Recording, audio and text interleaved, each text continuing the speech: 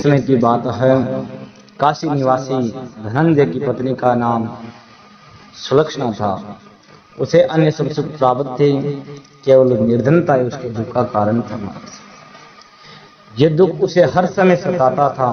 एक दिन सुलक्षणा अपने पति से बोली, स्वामी आप कुछ उद्यम करो तो काम चले। इस प्रकार कब तक काम चलेगा? तो सुलक्षणा की बात धनंजय के मन में बैठे और वही उसी दिन से भगवान विश्वनाथ शंकर जी को प्रसन्न करने के लिए बैठ गया और कहने लगा कि हे देवाधिदेव, हे विश्वेश्वर, मुझे पूजा पाठ कुछ आता नहीं है, केवल तुम्हारे भरोसे बैठा हूँ। इतनी विनती करके वह 2-3 दिन भूखा प्यासा बैठा रहा। यह देखकर भगवान शंकर ने उसके कान में अन्नपूर्णा अन्नपूर्णा अन्नपूर्णा इस प्रकार 3 बार कहा। यह कौन क्या कह गया? इसी सोच में धनंजय पड़ गया कि मंदिर से आदि ब्राह्मणों को देखकर पूछने लगा, पंडित जी अन्नपूर्णा कौन है? ब्राह्मणों ने कहा कि तू अन्न छोड़ बैठा है, सो तुझे अन्न की ही बात सूझती है, जा घर जाकर अन्न ग्रहण कर। धनंजय घर गया, स्त्री से सारी बात कही। वह बोली, नाथ चिंता मत करो, स्वयं शंकर जी ने आपको यह मंत्र दिया है, तो वे स्वयं खुलासा करेंगे। आप फिर जाकर उनकी आराधना करो। धनंजय फिर जैसा को तैसा भगवान की पूजा में बैठ गया। रात्रि में शंकर जी ने आज्ञा दी, कहा तू पूर्व दिशा में चला जा। वह अन्नपूर्णा का नाम जपता जाता और रास्ते में फल खाता, झरनों का पानी पीता। इस प्रकार कितने ही दिनों तक चलता गया। वहां उसे चांदी सी चमकती वन की शोभा देखने में आई, सुंदर सरोवर देखने में आया। उसके किनारे कितनी ही अप्सराएं झुंड बनाई बैठी थी, एक कथा कहती थी और सब मां अन्नपूर्णा इस प्रकार बार बार कहती थी। यह अगहन मास की उजली रात्रि थी और आज से ही व्रत का आरंभ जिस शब्द की खोज करने में निकला था, वह उसे वहां सुनने को प्राप्त हुआ। धनंजय ने उनके पास जाकर पूछा, हे देवियों, आप ये क्या करती है? उन सब ने कहा, हम अन्नपूर्णा का व्रत करती हैं। व्रत करने से कई पूजा क्या होता है, ये किसी ने किया भी है, इसे कब किया जाए, कैसा व्रत है और में कैसी विधि है, मुझे भी कहो।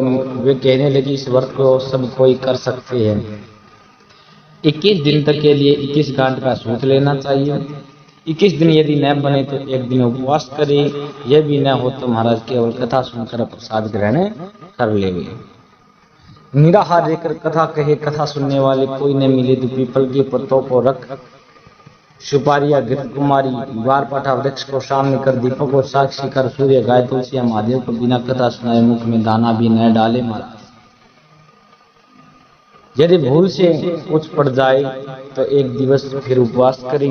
व्रत के दिन क्रोध नहीं करे और न झूठ बोले। धनंजय बोला, इस व्रत के करने से क्या होगा?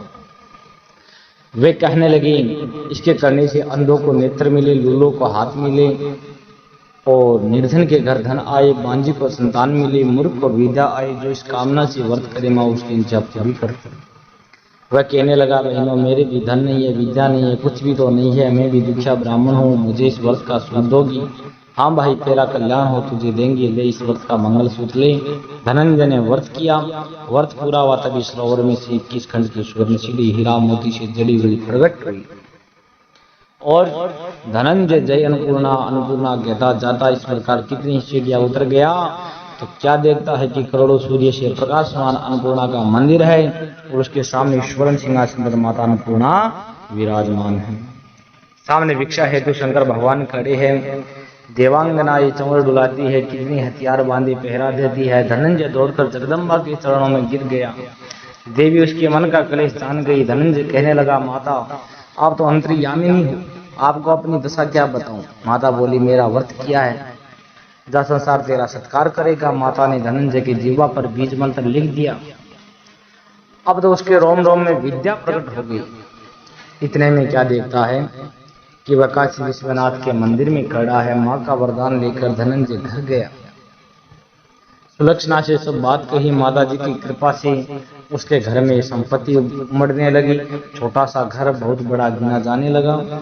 जैसे शहद के छत्ते में मक्खियां जमा होती है, उसी प्रकार अनेक सगे संबंधी आकर उसकी बड़ाई करने लगी। कहने लगी, इतना धन और इतना बड़ा घर, सुंदर संतान नहीं, तो इस कमाई का कौन भोग करेगा? सुलक्षणा से संतान नहीं, इसलिए सब दूसरा विवाह करो। अनिच्छा होते हुए भी धनंजय को दूसरा विवाह करना पड़ा। और सती सुलक्षणा को शोध का दुख उठाना पड़ा। इस प्रकार दिन बीतते गए। फिर अगहन मास आया।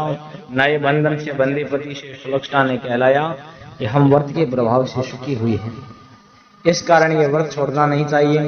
ये माता जी की प्रताप है जो हम अपने इतने संपन्न और सुखी है। सुलक्षणा की बात सुन धनंजय उसके यहाँ आया, व्रत में बैठ गया। नई बहू को इस व्रत की खबर नहीं थी। वह धनंजय के आने की राह देख रही थी। दिन बीतते गए और व्रत पूर्ण होने में 3 दिवस बाकी थे कि नई बहू को खबर पड़ी। उसके मन में ईर्ष्या ज्वाला दहक रही थी और सुलक्षणा के घर आ पहुंची। उसने वहां भगदड़ मचा दी। वहां धनंजय को अपने साथ लेकर गई। नए घर में धनंजय को थोड़ी देर के लिए निद्रा न दबाया। इसी समय नई बहू ने उसका व्रत का सूत तोड़कर आग में फेंक दिया। अब तो माता जी का कोप जाग गया। घर में अकस्मात आग लग गई। सब कुछ जलकर खाक हो गया। सुलक्षणा जान गई कि मेरे और पति को फिर अपने घर ले आई। नई बहू उठकर पिता के घर जा बैठी। पति को परमेश्वर मानने वाली सुलक्षणा बोली, नाथ घबराना नहीं, माता जी की कृपा अलौकिक है। पुत्र कपुत्र हो सकता लेकिन पर माता तो माता नहीं हो सकती। अब आप श्रद्धा और भक्ति से आराधना शुरू करो, वे जरूर हमारा कल्याण करेगी।